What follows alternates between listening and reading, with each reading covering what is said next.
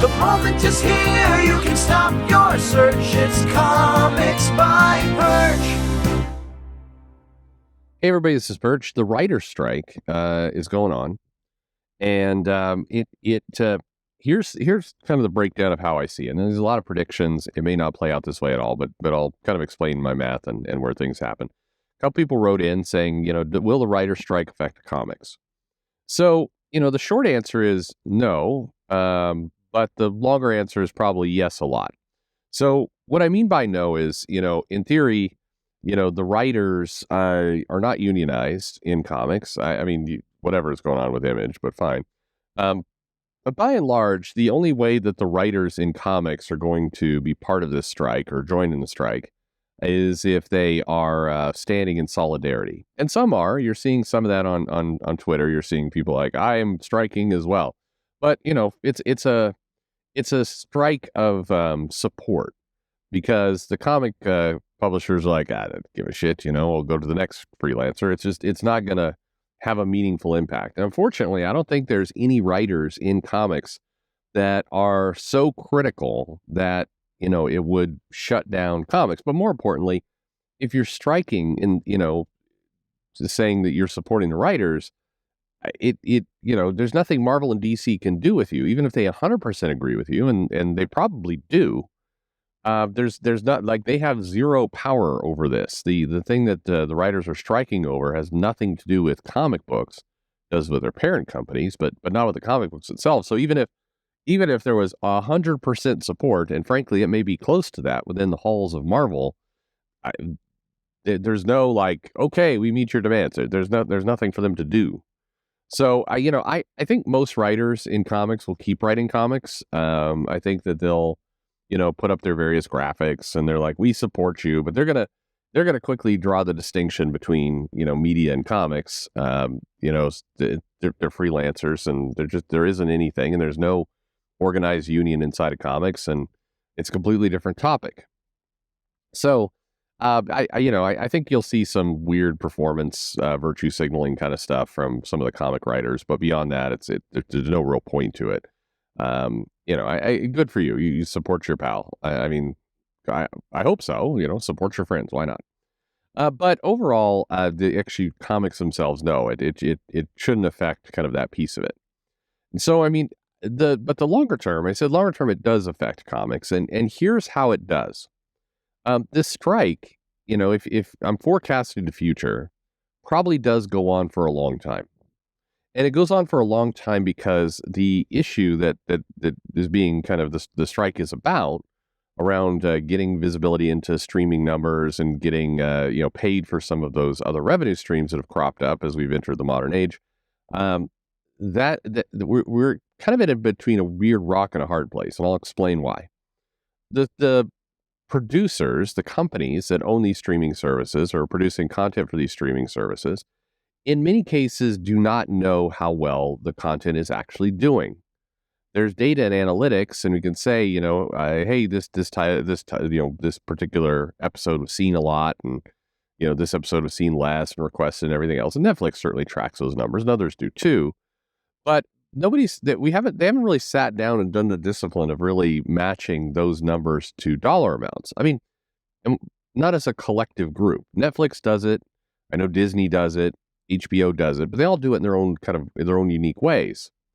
But the other factor here is all of these companies made big promises, either, to the public through being a public company, or to investors or to bankers, about how subscription growth was going to go for their channels. And all of them have made, for lack of a better word, wild guesses of how it was going to go and how it was going to turn out. And, in many cases, they used models that looked like a lot of software, where the subscriber was just going to grow kind of in an ever increasing vertical curve, because they needed to paint that story to say, we're a multi-billion-dollar business. You need to give us money. We're the future of entertainment. It's all going to work like this. Our subscriber growth has infinite potential. That's the story they needed to tell. Now, the reality is it's not doing that. Even with COVID and people staying home, there was definitely a boost in some streaming services, but we're having trouble figuring out the business model of all this. We've got lots of content out there. We have subscription prices. It's highly, highly competitive. The reality is Netflix and Hulu and Paramount and HBO and Disney and Apple TV and all these guys badly need to double or triple their prices in order to really make it work like they've said. But they can't do that because, they're going to get killed. Nobody has the must-see content. Disney was pretty sure they had it because they have the kind of ensemble of the Disney programming and Star Wars and Marvel. And I mean, that's a hot ticket when you put all those together. But even there's not enough kind of original shows and media. And then the filming with COVID was a problem. And so overall, none of these channels are working out exactly as they hoped or as they promised. But they can't quite reveal that. I mean, people know it. It's this big kind of secret. Nobody wants to say that part out loud. Because if they say that, then it's going to start to, reality will need to sink in on the business. And that has to come sooner or later, but it's not coming today. So the challenge is the writers are over here striking, saying, we want visibility into those numbers and we want to be paid in those numbers. And they know this secret too. They know that the numbers are not as good as a lot of these companies have been promising their investors and the street. And it will contradict the forecasting and the curves that they made. So the media services, all these companies, Disney, etc., they're motivated to keep it quiet because they kind of have to. If they go public with this, if they meet the demands of the writers, you could argue that the business itself is going to tank because it's going to pop the illusion of what's been going on with all this growth. So that's a long-winded way of saying I think we're stuck with the strike for a while. Because it's going to be hard for people to move on it. One side wants visibility into numbers and wants to be paid on it. They know the other side has to keep some of those things quiet and is playing this very complex spinning plates game of trying to build value before the truth comes out on how all this stuff is working. And those two positions are incompatible. Again, even if the streaming services want to pay the writers what they're asking for, and to be clear, they don't. But even if they did, in doing so, they would hurt themselves. So again, this is going on for a while. What's hoping? The writers are hoping that this very uncomfortable, sticky situation gives them leverage for the media companies to basically come to the table with some kind of deal and say, look, we're not going to give you what you're asking for. We can't give you the numbers.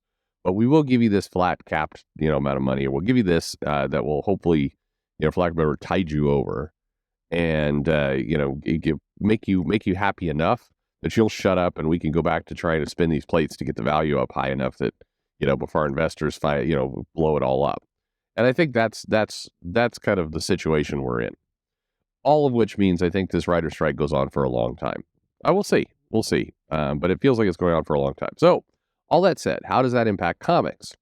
Well, the smaller companies have been selling on the value of, hey, the comics are just IP generators for movies and for TV shows. So what's going on now is that with the writer's strike, that avenue is halted. And even if strike ends quickly, unless it is a completely definitive victory and everybody looks at it and goes, okay, we can all live with this. We've choices have been made. We like it. We're going to live with this for 20 years. No way that's going to happen. But that's really what is needed for comic companies to be able to say, hey, this plan of ours, which was already very shaky and being attacked, this plan of ours can still work. Unfortunately, where we're at is, people are looking at it going, we didn't think that the comic books generating IP that could become movies and shows on the cheap was really working. I mean, IDW and Aftershock clearly are showing Valiant. Others are showing that plan really wasn't working. And now you don't even have writers that can make those shows in the first place. So, you know what? We're tired of loaning you money. We're this business plan that you've curated over the last 15 years. This, we'll make you money in Hollywood plan. This is the final nail of the coffin for that plan. So that plan sucks. We're done. And, we're out. And so a lot of these companies that are overloaded on debt, trying to get this story going, I think that they blow up. The next 2 to 3 years in comics are ugly. They're just ugly. The big two are struggling. They're trying to find their footing. Things are not great for them. The smaller companies, every smaller company that has a ton of debt is in deep trouble. You can certainly tie this in with the various banking crisis and just skittish of our money and the recession and now the strike. Like all this equals, if you're a comic company that was built on debt and speculation, you're fucked. And I think, what are we going to see over the next 12 months? Because keep in mind, when these events happen, companies don't fold immediately. A lot of comics are, have been made and sent to the printers 3 months ago. So you're talking about a delay effect here, but the delay effect is, that I think when you hit my guess, if I'm predicting, is between November and May, November of 23, May of 24. You will see the consequences finally come home to roost, and you're going to see a bloodbath of companies. So it's about to shrink, folks. My opinion. We'll see. A lot of predictions here. Anyway, what do you think of all that? Let me know in the comments below. Like and subscribe, and thanks for listening.